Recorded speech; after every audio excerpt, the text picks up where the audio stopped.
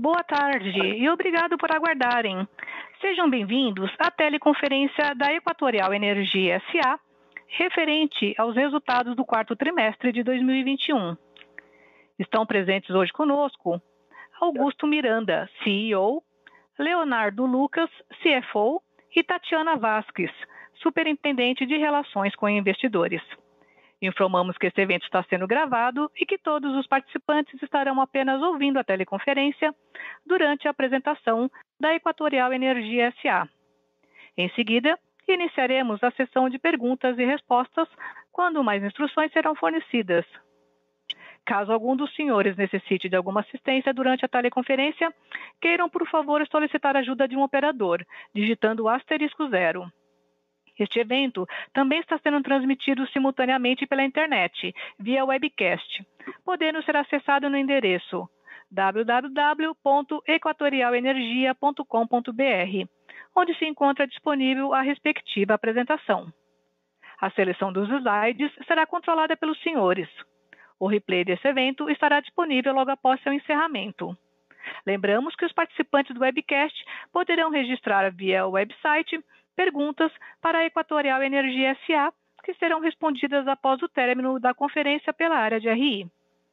Antes de prosseguir, gostaríamos de esclarecer que eventuais declarações que possam ser feitas durante essa teleconferência relativas às perspectivas de negócios da Equatorial Energia S.A., projeções, metas operacionais e financeiras, constituem-se em crenças e premissas da administração da companhia, bem como em informações atualmente disponíveis para a Equatorial Energia S.A. Considerações futuras não são garantias de desempenho e envolvem riscos, incertezas e premissas, pois se referem a eventos futuros e, portanto, dependem de circunstâncias que podem ou não ocorrer. Investidores e analistas devem compreender que condições gerais, condições do setor e outros fatores operacionais podem afetar os resultados futuros da Equatorial Energia S.A. e podem conduzir a resultados que diferem materialmente daqueles expressos em tais considerações futuras. Gostaria agora de passar a palavra ao Sr. Augusto Miranda, que iniciará a apresentação. Por favor, Sr. Augusto, pode prosseguir.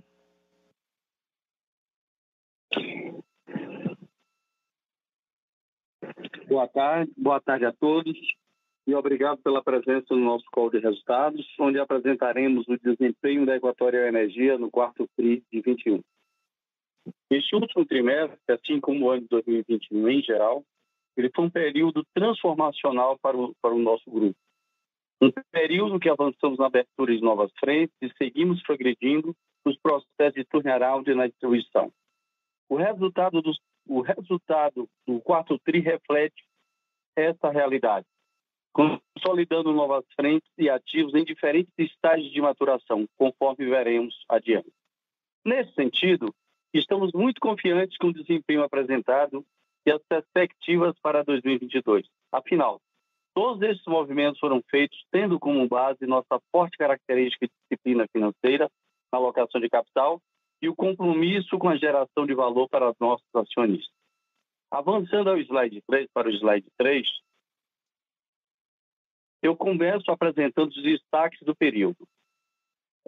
Iniciando pelos destaques econômicos e financeiros do grupo, nós encerramos o trimestre com o EBITDA consolidado recorrente da companhia, alcançando 1,7 bilhão de reais, 2,3% superior em relação ao quarto TRI de 2020.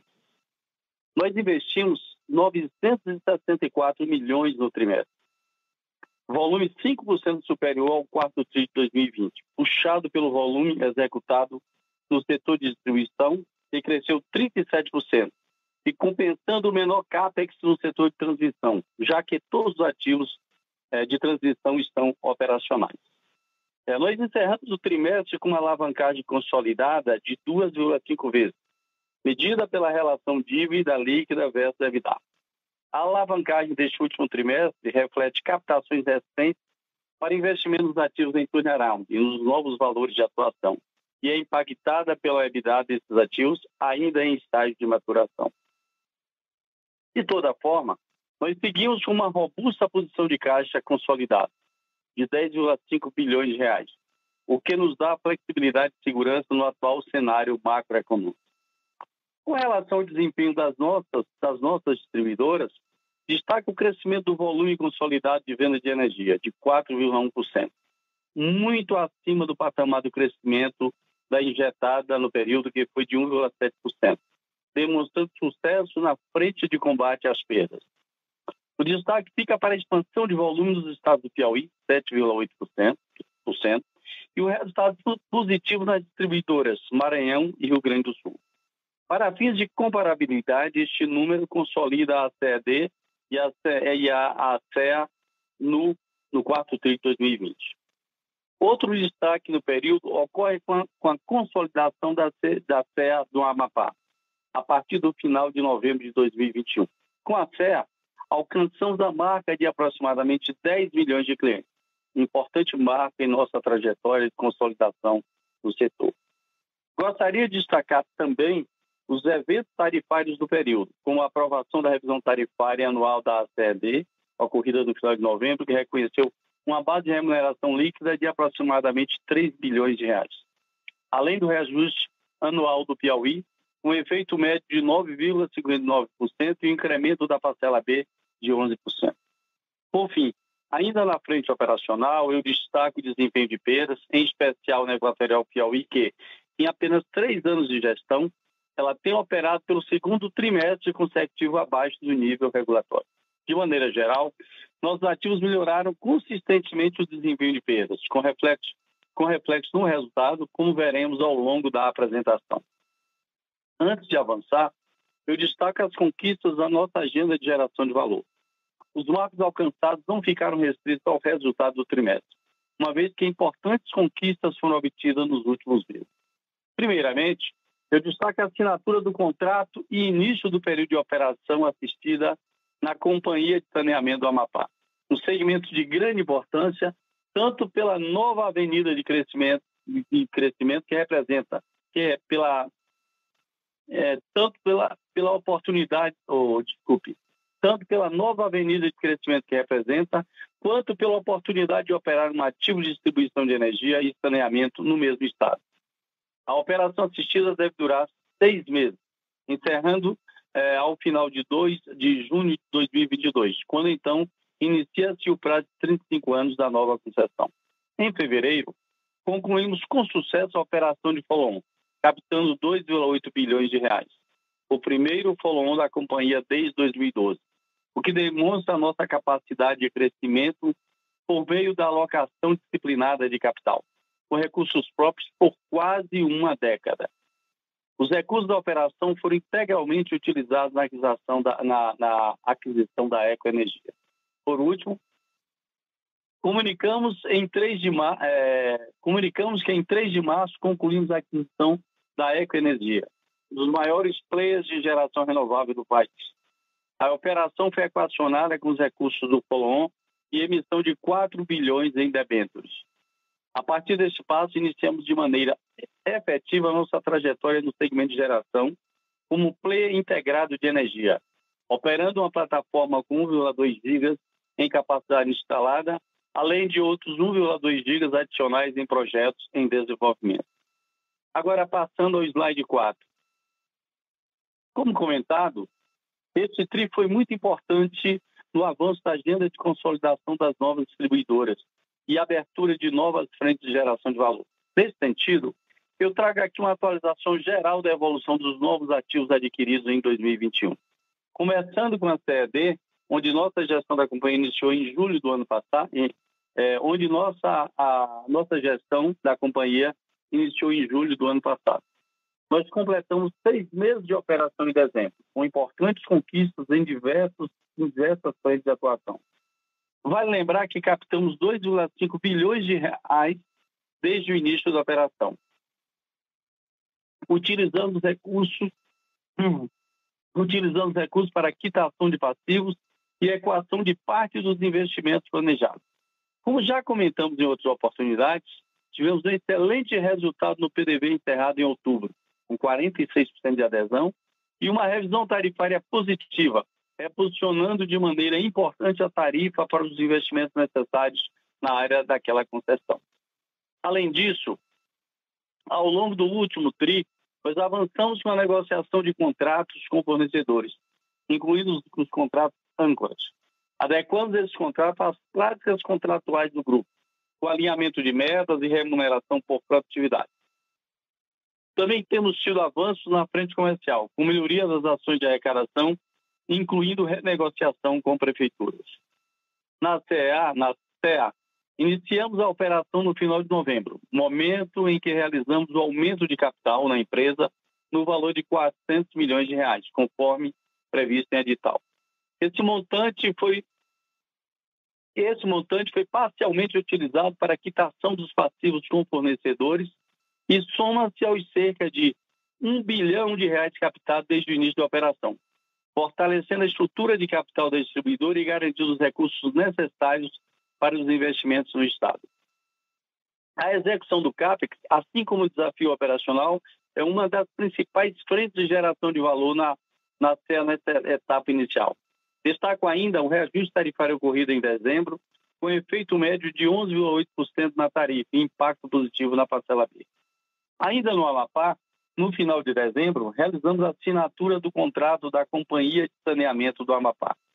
A outorga foi paga 100% no momento da assinatura e foi equacionada com a captação de empréstimo ponte debêntures no valor de R$1 bilhão. Com isso, deu-se início ao período de operação assistida, com duração de 6 meses, momento em que aproveitaremos para aprofundar o conhecimento do ativo e já iniciarmos os trabalhos nas principais frentes de geração de valor. Neste sentido, vale destacar que a companhia iniciou as atividades para a seleção e captação de mão de obra necessárias para a operação.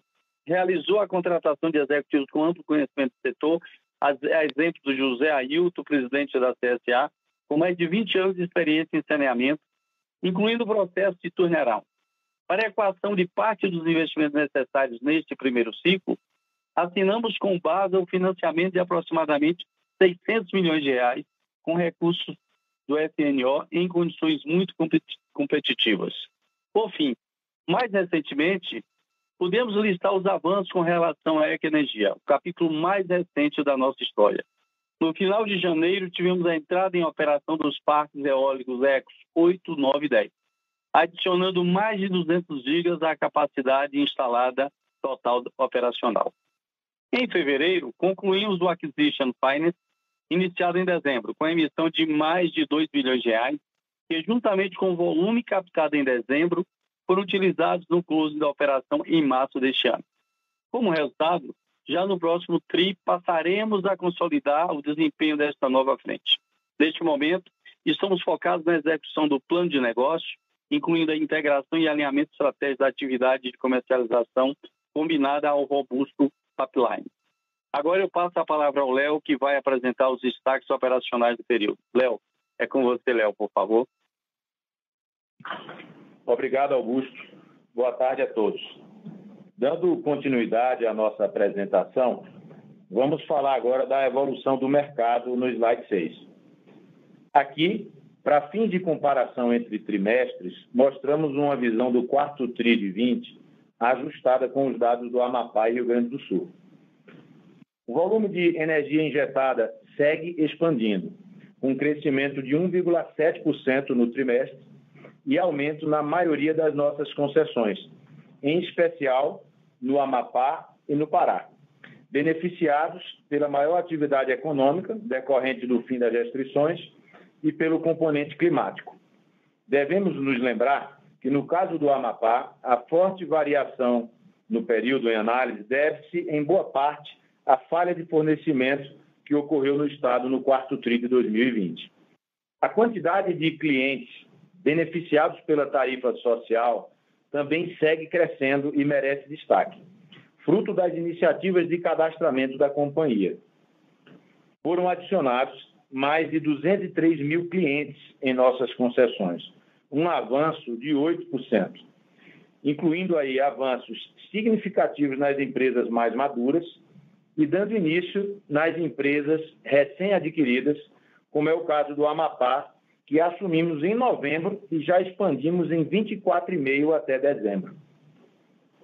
No próximo slide, detalhamos o comportamento do volume faturado. O volume de energia segue crescendo em nossas concessões e é importante notar que a distribuída tem crescido, inclusive, acima da injetada em termos consolidados, em quase todas as nossas distribuidoras. Na visão consolidada, considerando o desempenho de todas as empresas, nosso nível de perdas reduziu em 98 bips no comparativo na visão pro forma, o que impulsionou o crescimento da energia distribuída, quando comparamos ao quarto TRI de 2020.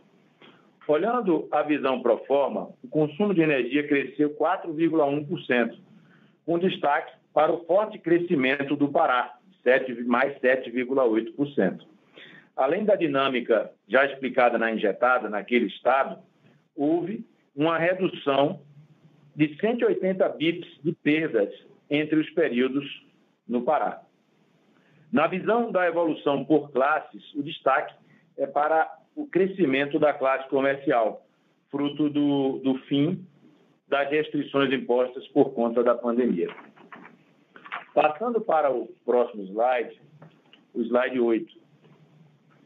Aqui, apresentamos o desempenho com relação à arrecadação e inadimplência das nossas distribuidoras, incluindo a performance do nosso ativo mais recente.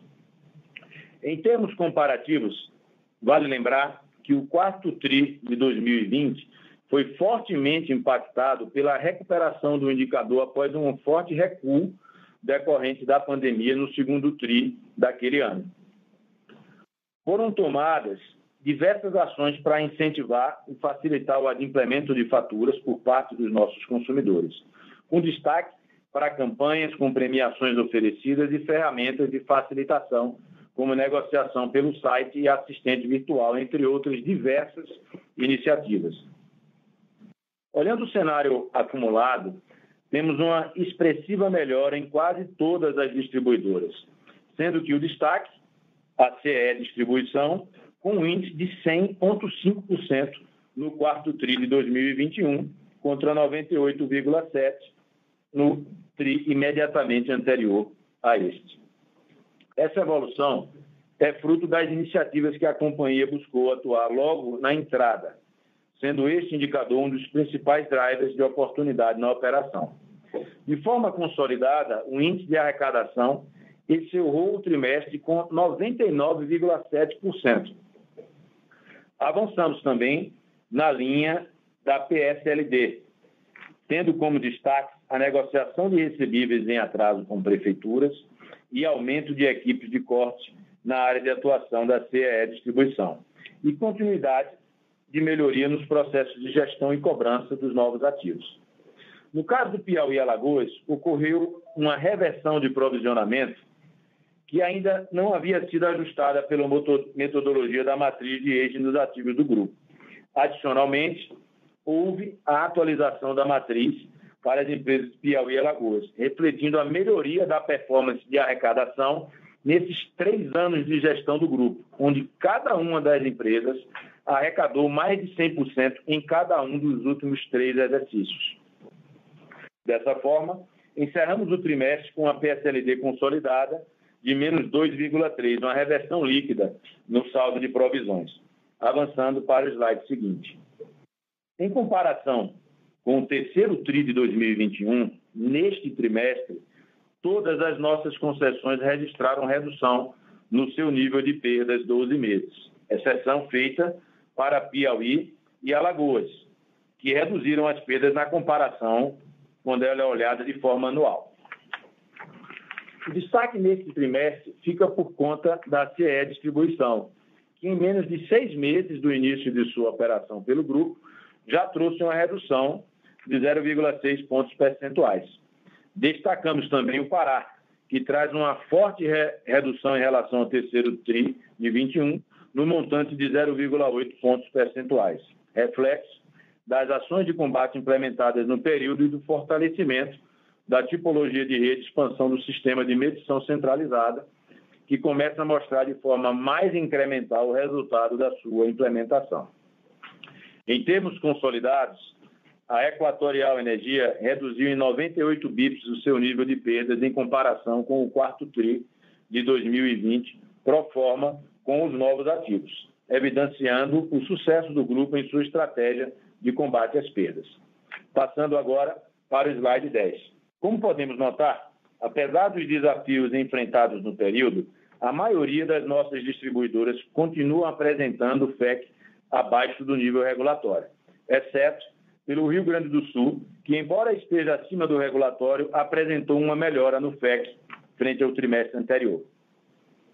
Com relação ao DEC, no caso do Maranhão, além das dificuldades já mencionadas em trimestres anteriores, houve a expansão de linhas radiais, sem redundância, para o interior do estado através do programa PLPT, para atendimento de cliente em áreas rurais, cujo processo de reestabelecimento é mais complexo e demorado, impactando no DEC. Além disso, o aumento verificado no DEC decorre essencialmente da dificuldade de execução do trabalho de podas nessas regiões durante a pandemia, gerando um excesso de vegetação que não foi possível regularizar.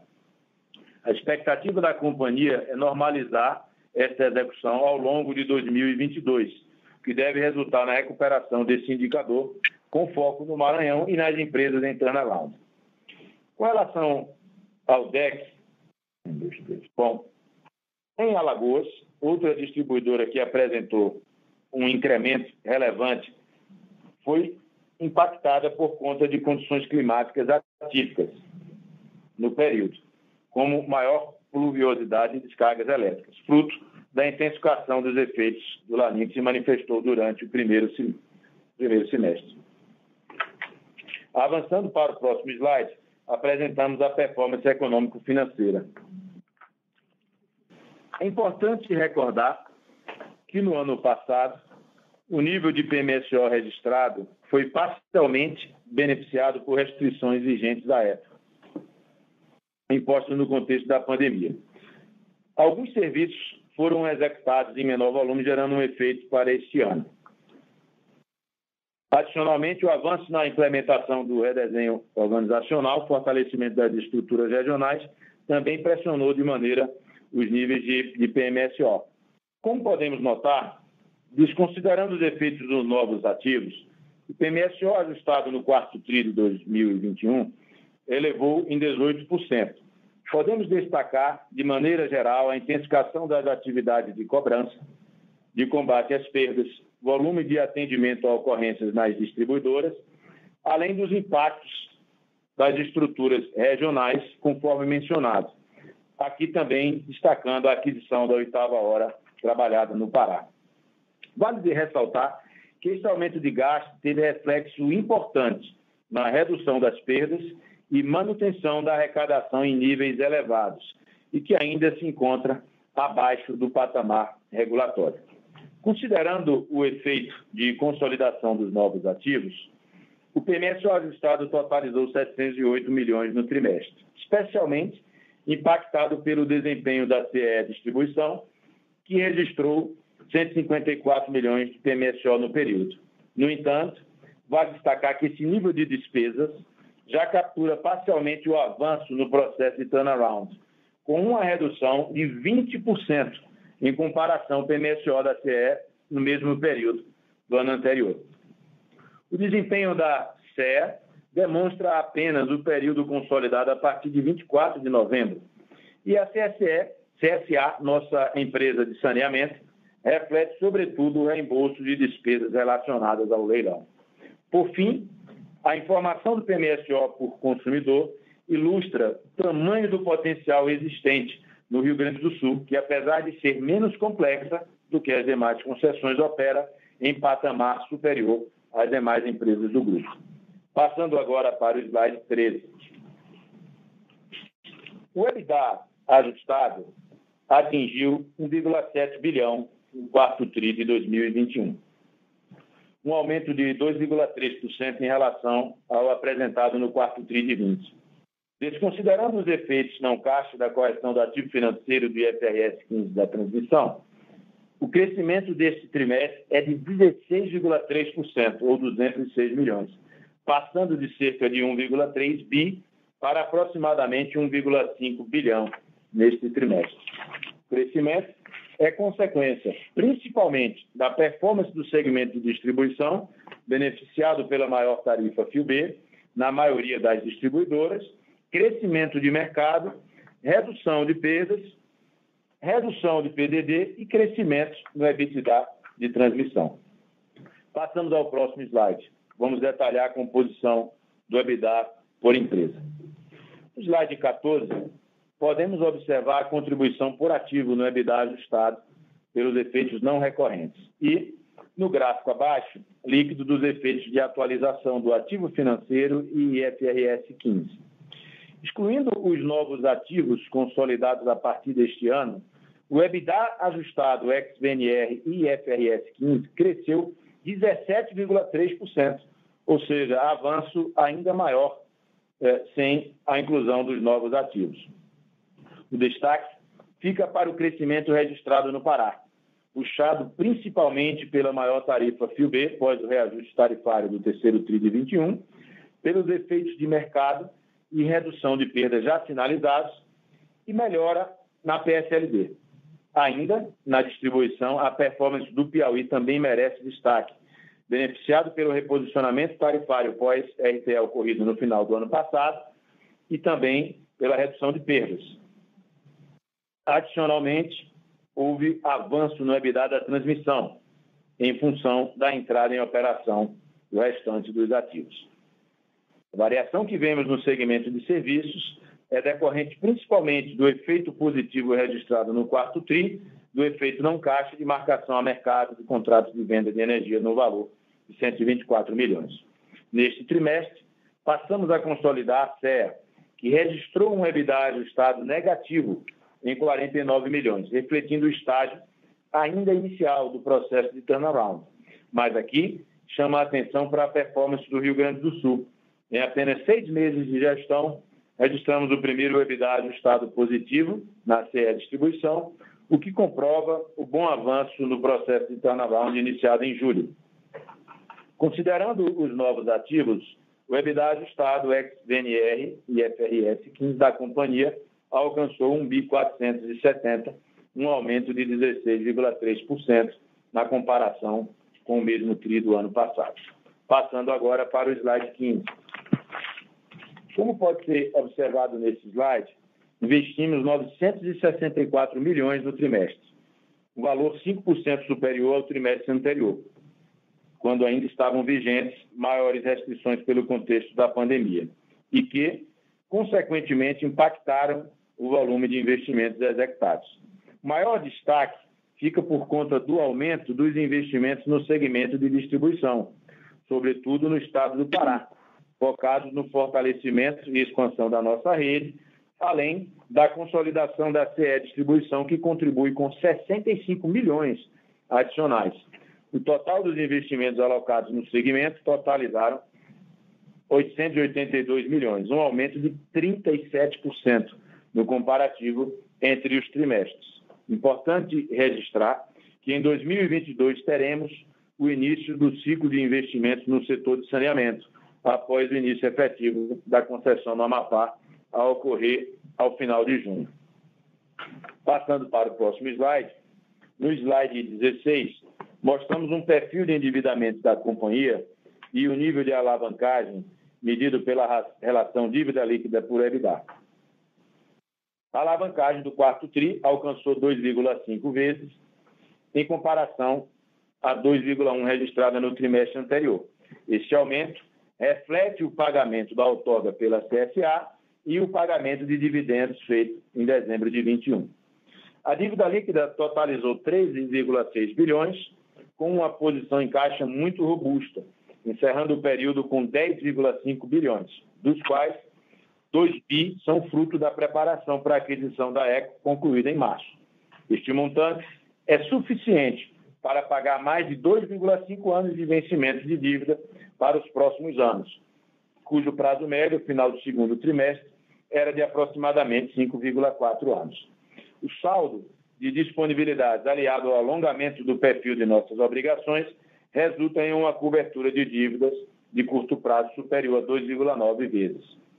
Vale destacar aqui que, no final de dezembro, nós assinamos com o BASA o financiamento de parte dos recursos necessários para o primeiro ciclo de investimentos da concessão de saneamento no Amapá, os primeiros 5 anos. O valor total financiado será de aproximadamente 600 milhões, com recursos do Fundo Constitucional do Norte, e esta etapa é muito importante para a geração de valor na frente de saneamento, pelas suas condições muito competitivas. O prazo total de vencimento é de 26 anos, com carência de principal de 5 anos, ao custo médio de IPCA mais 1,90 ao ano, já com um bônus de adimplência. Avançamos agora para o slide 17. Gostaria de trazer aqui o resultado do nosso follow-on realizado em fevereiro deste ano. Entre os principais pontos, destaque que captamos cerca de 2,8 bilhões de reais com a emissão, um resultado extremamente positivo, considerando o cenário desafiador para o mercado à época da emissão. Os recursos da oferta foram integralmente utilizados para a aquisição da Ecoenergia. Tivemos uma demanda muito forte, mais de 7 vezes a oferta. O exercício do hot issue de 35% adicional. Aqui, vale mencionar o alto nível de adesão da oferta prioritária, absorvendo 64% da oferta base. Gostaria de aproveitar aqui para agradecer a confiança dos nossos atuais acionistas depositados naquela ocasião. A receptividade do mercado foi muito positiva e aqui destaco o desempenho do papel durante o período da oferta. A ação da empresa valorizou 7%, do soft launch ao pricing, e até ontem, 22,18%. Apenas a título de comparação, o indicador setorial, o IEE, valorizou 11,05% nesse mesmo período. A qualidade do book também precisa ser ressaltada. Cerca de 80% dos investidores alocados têm um perfil de longo prazo. Agora, passo a palavra ao Augusto para as considerações finais. Obrigado, Léo. Eu gostaria de encerrar reforçando as nossas conquistas recentes e perspectivas. Dentre os destaques do período, os primeiros são justamente os mais recentes. O nosso follow-on, como o Léo bem destacou, no qual captamos 2,8 bilhões de reais de uma operação de muito sucesso, e a conclusão da aquisição da Ecoenergia, agora em março. Uma plataforma já consolidada no setor de geração renovável. Dentre os eventos tarifários, eu destaco ainda a RTP da CED, como resultado muito expressivo do ponto de vista de reconhecimento de base de remuneração, bem acima das expectativas de mercado, o que permitirá acelerar o processo de turnaround na empresa e gerar ainda mais valor. Eu destaco ainda a contratação do financiamento do BASA, que Léo também bem destacou na frente de saneamento, suficiente para equacionar no próximo ciclo parte dos investimentos nos primeiros 5 anos de atuação e com condições muito competitivas, conforme comentado por Léo. Por fim, eu gostaria de anunciar os dividendos por ação proposto na destinação de resultados das demonstrações financeiras divulgadas. Com base no resultado distribuível do exercício, estão propostas 104 centavos por ação, que compõem o total de cerca de 700 milhões de reais a serem distribuídos aos nossos acionistas. Como principais perspectivas para o ano na distribuição, estamos focados no avanço dos processos de turnaround no Rio Grande do Sul e Amapá, a retomada da melhoria da qualidade das distribuidoras e o início da operação da Companhia de Saneamento do Amapá, assim como na integração da Ecoenergia aos negócios do grupo. Por fim, seguimos comprometidos com a geração de valor para nossos investidores e seguimos avaliando eventuais oportunidades para fortalecimento do nosso portfólio, em especial nas frentes de atuação recentemente inauguradas.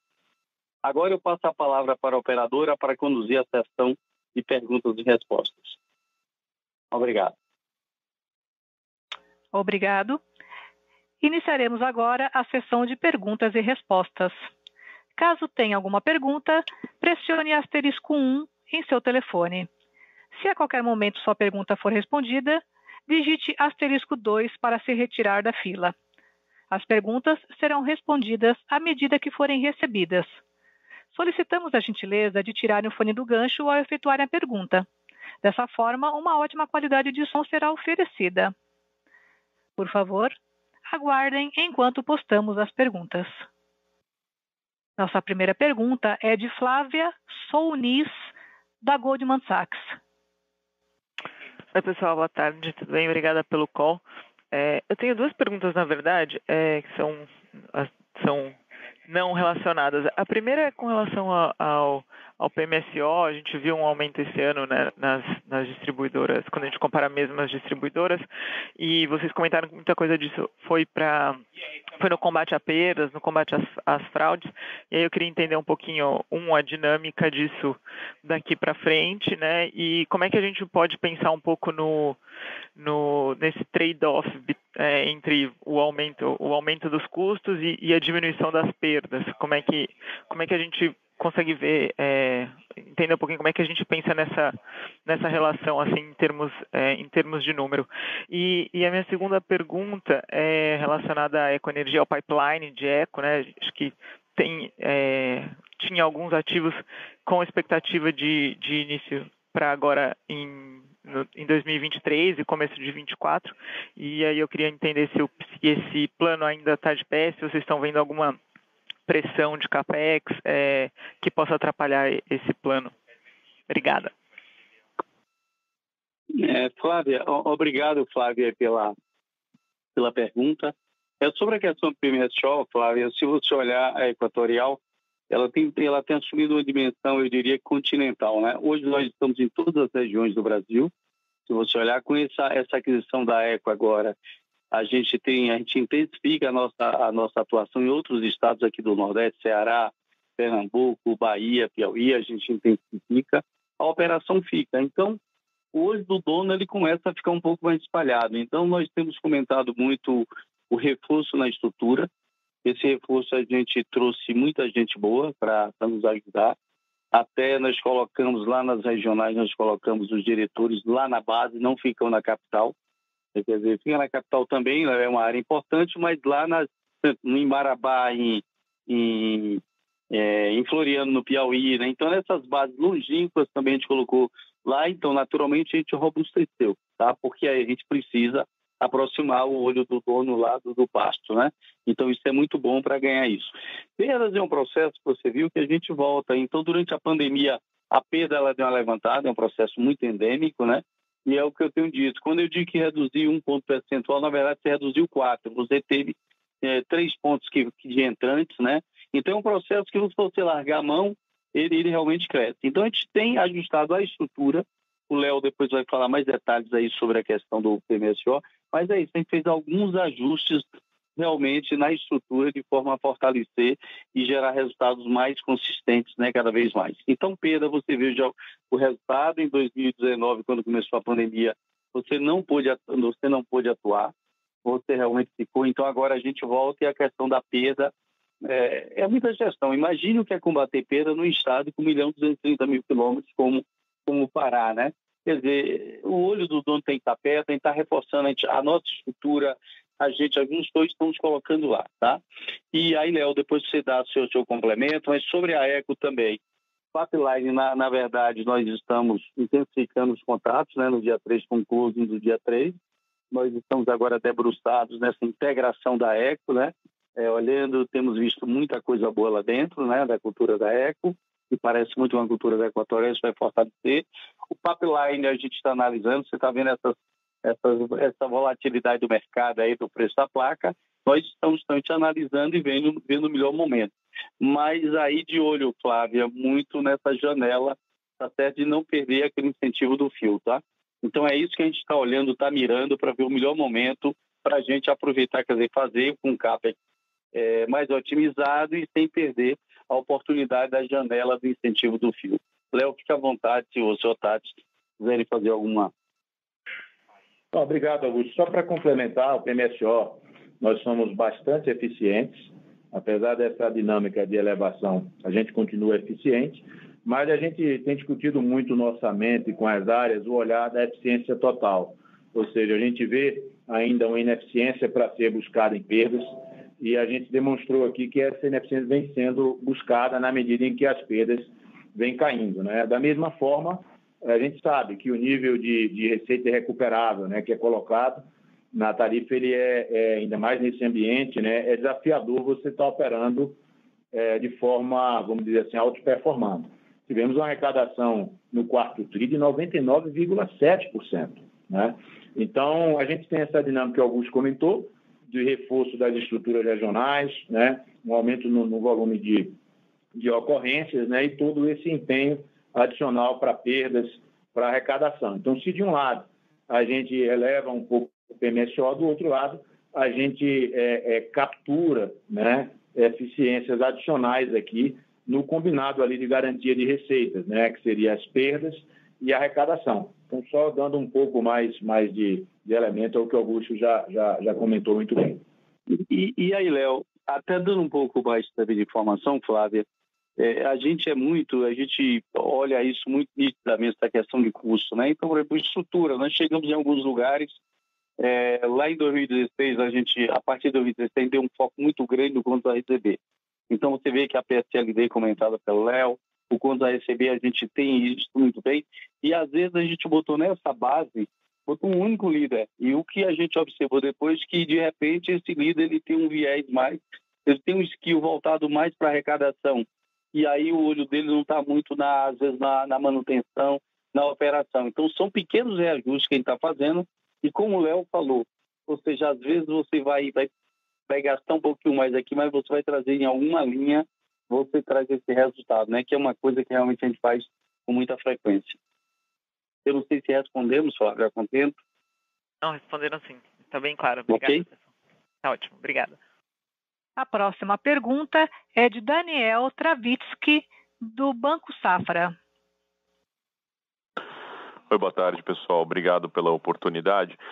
Eu queria fazer duas perguntas aqui, né? A primeira é um pouquinho mais aberta aqui. Eu queria entender um pouco a cabeça aí de vocês, né, para o ano de 2022 aí para frente, né, e 23. Né, pensando em leilão de transmissão, né, a gente tem um grande no meio do ano, né, e eventualmente outras oportunidades de M&A que surjam. Né, vocês acabaram de fazer uma expansão bastante importante. Queria entender como é que está o mindset nesse tema, se continua esse é o plano de expansão, vocês vão gastar um tempo aí para digerir os ativos, queria entender como é que está a cabeça.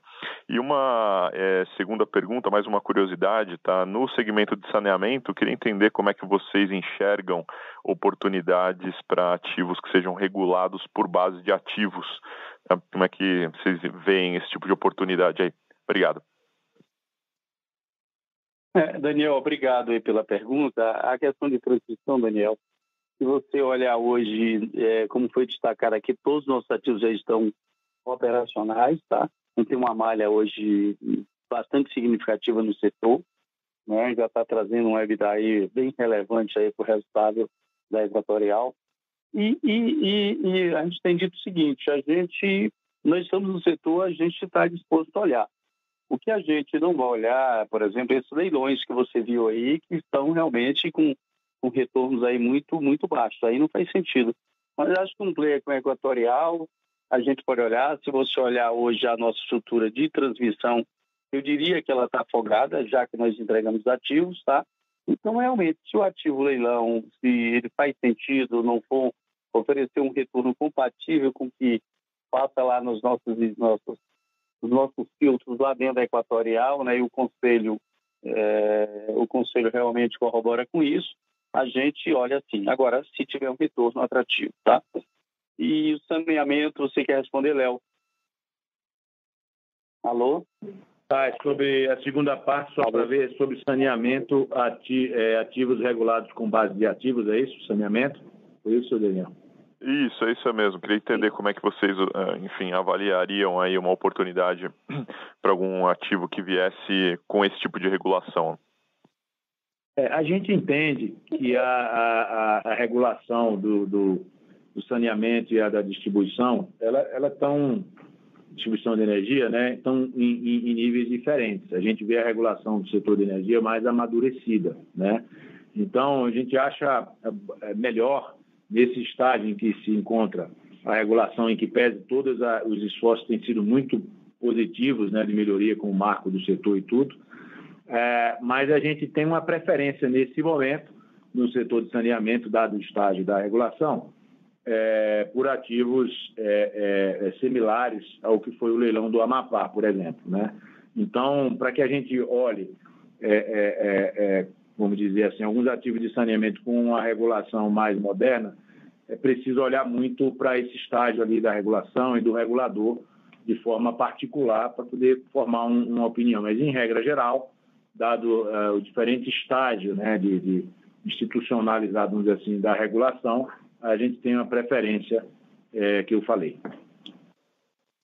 Léo, corroborando com isso que você falou, Léo, teve um ativo aí recente, né, que ele viria, tinha essa característica, Daniel, que você falou, e a gente até declinou, tá? Se você olhar quanto tempo a própria regulação do setor elétrico levou para... Né, isso é uma matéria bastante delicada, então isso, na verdade, traz alguma incerteza, e naquele momento nós declinamos porque entendíamos que realmente não traria incentivo para a gente, tá? Ok? Na linha do que o Léo falou. Ok, muito obrigado, pessoal. A próxima pergunta é de Carolina Carneiro, do Credit Suisse. Boa tarde, pessoal. Obrigada pelo call. Também tenho duas perguntas. A primeira em relação à dinâmica de PDD. Vocês até mencionaram, no caso específico da C3E, né, no caso do Rio Grande do Sul, de estarem fazendo aí ações especiais para melhoria da arrecadação. Se vocês pudessem explorar um pouquinho mais esse ponto, né, a gente viu que no quarto trimestre, no final, o PDD foi até bom, né, comparando com o que a expectativa do mercado poderia ser, e agora em 2022 tem muita dúvida se por conta de aumento de tarifa, né, e piora no cenário macroeconômico, se poderia ter alguma implicação. Passar um pouquinho de cor nesse cenário seria bom.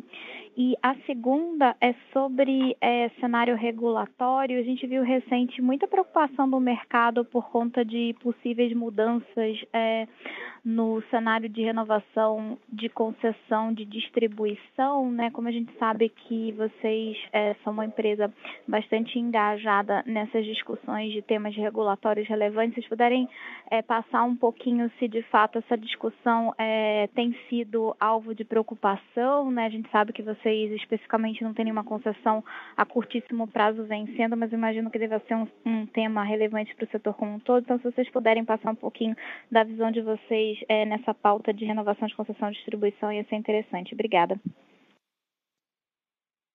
Carolina, eu vou falar aqui, mas a Tati e o Léo, eles podem também, eu peço até a ajuda deles, se vocês falar sobre a questão da PCLD, vocês devem lembrar que lá em 2016, 2017, a nossa conta receber ali começou a crescer, ali foi um aprendizado que a gente teve, a gente equilibrou os PIRs ali com a questão da perda, e perda, contas a receber, às vezes você combate o cara, né, o CNR avança, então se você olhar os CNRs que a Equatorial tem praticado muito bem comportados, então a gente aprendeu muito, nós equilibramos ali.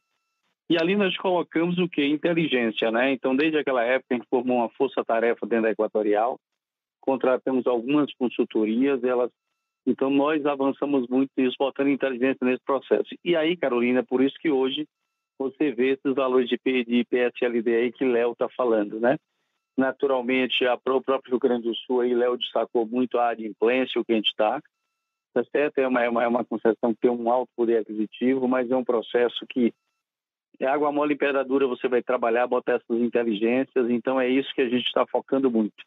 E às vezes você tem o seguinte, no Rio Grande do Sul você tem uma oportunidade muito de perda, né? Quando você olha a regulatória versus a perda atual, quer dizer, o dobro, na hora que você intensifica isso, às vezes ele tende a afetar, mas é a inteligência quem tem que fazer. Quando você fala a questão de reajuste tarifário, né, que realmente ele se avizinha, você tem que dar qualidade, você tem que estar presente, tá? Então, às vezes, o cliente ele tem um dinheiro contado, isso é uma realidade, né, nas concessões, né, do Norte e Nordeste aí, isso é mais presente, a gente tem visto, até para você modular. Então, às vezes, o cliente ele pode pagar uma conta de R$100. Se você bota 110, ele já não paga. Tá? E ele não pode pagar 100 e ficar devendo 10, né? Essa confusão. Então, você tem que ajustar de fazer um parcelamento adequado. Então, a gente espera que mesmo essa dificuldade aí à vista, né, de impactos tarifários, a gente já lida com isso. Acho que a gente já, desde agora, já começa a discutir o que a gente pode fazer. Sempre que possível, a gente busca, às vezes, na realidade, às vezes faz um diferimento que cabe para que as coisas caibam no bolso do cliente, tá? E que realmente não nos afete. Então, é esse trade-off, essa coisa aí que a gente vem aprimorando, né, para fazer. O outro tema foi o que? Foi o cenário regulatório das concessões. E a questão das concessões, a gente entende o seguinte: esse setor é muito importante, é um setor muito pesado. Se você olhar breve aqui, olhando aqui mais poucos anos, você tem 75 bilhões aí que estariam vencendo. Imagine o que é isso, já tem um marco regulatório bem definido, tá? Então eu acho que não teria sentido, tá? Esse setor, ele é o caixa, né? O segmento de distribuição é o caixa do setor, é muito perigoso. Eu digo sempre o seguinte: imagine você dizer que vai ter onerosidade, que vai licitar. Quer dizer, as empresas que estão há 3, 4 anos para fazer isso, o que elas vão fazer? Elas vão começar, não. O próprio conselho dessas empresas vai dizer: olha, eu não vou investir. Tem uma série de incertezas, imagine o efeito colateral nisso aí. Então, eu acho que cada segmento de geração de transmissão tem características bem distintas, tá?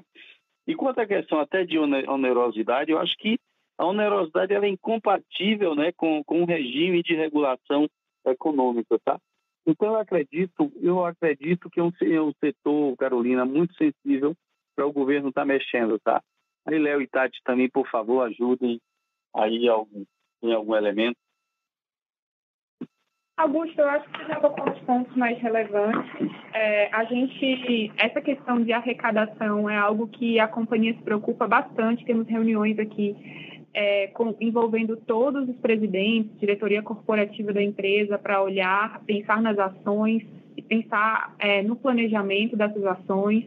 Então, uma das frentes super importantes é o cadastramento, por exemplo, de consumidores de baixa renda, e a gente vem avançando bastante nessa frente. E nas empresas que estão em turnaround, como é o caso da CE, a gente tem uma quantidade grande de ações, seja aumento do número de equipes de cobrança, equipes de corte, justamente para que o consumidor, que é o consumidor do Rio Grande do Sul, responde muito bem a esse tipo de ação. Então, a gente já está começando a ter bons resultados aí na frente da arrecadação no Rio Grande do Sul. E a perspectiva a gente vai continuar aqui nessa jornada muito forte de cadastramento de consumidores de baixa renda, para que no cenário desse ano, né, que é um cenário um pouco mais desafiador, a gente continue mostrando bons números, tanto na arrecadação como na evolução também das perdas.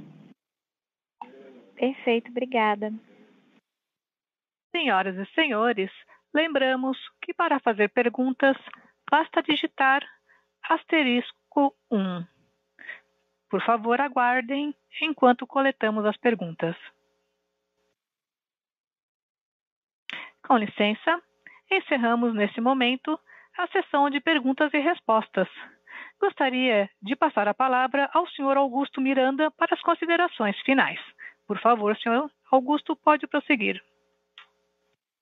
Ok. Obrigado a todos pelo tempo e pela atenção aqui no nosso call de resultados. E para encerrar, eu gostaria de reforçar o nosso comprometimento com a geração de valor para os nossos investidores, né, com uma gestão financeira disciplinada, focada na eficiência da alocação de capital. Eu também gostaria de lembrar que nosso time de relações com investidores está disponível para apoiá-los com eventuais dúvidas após este call. E novamente eu agradeço pelo interesse na companhia e por fazerem parte do nosso call de resultados. Tenham todos uma boa tarde. Obrigado, muito obrigado a todos. A teleconferência da Equatorial Energia S.A. está encerrada. Agradecemos a participação de todos e tenham uma boa tarde.